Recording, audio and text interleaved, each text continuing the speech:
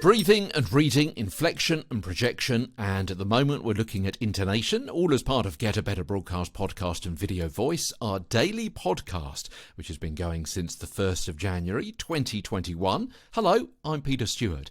So, weight and pitch in intonation.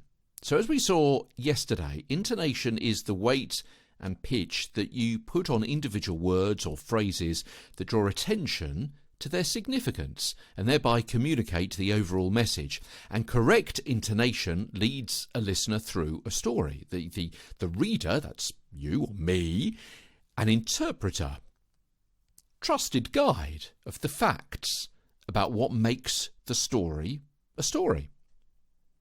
To quote from the book Broadcast Journalism, published by Routledge, written by me, the reader of a newspaper is led around the printed page by its layout.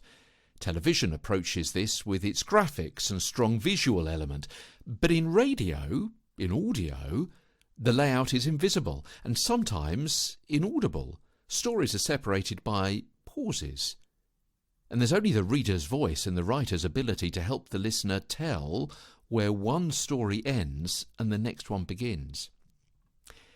I've mentioned this a couple of days ago. Intonation is what we naturally do when we ad-lib a conversation, and the trick is to work out what we do then so we can do it when we read the written word out loud. So we sound conversational in that situation as well. We lift the script so we appear to be saying it rather than reading it. And if you're reading something on air and you want the listener to think that you're ad-libbing, you've got to sound as if you're processing what you're talking about to sound conversational. Now, most books on voice and public speaking omit training in intonation. I know, I've looked, I've checked, I've read, and I've been on one-to-one and group courses on presentation skills, and again, barely a word on intonation. And you can hear the results of such lack of understanding on radio and TV stations up and down the dial. This series of podcasts is a little bit different.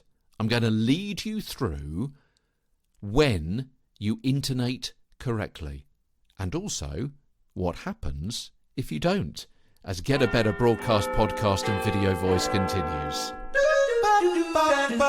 I'm Peter Stewart.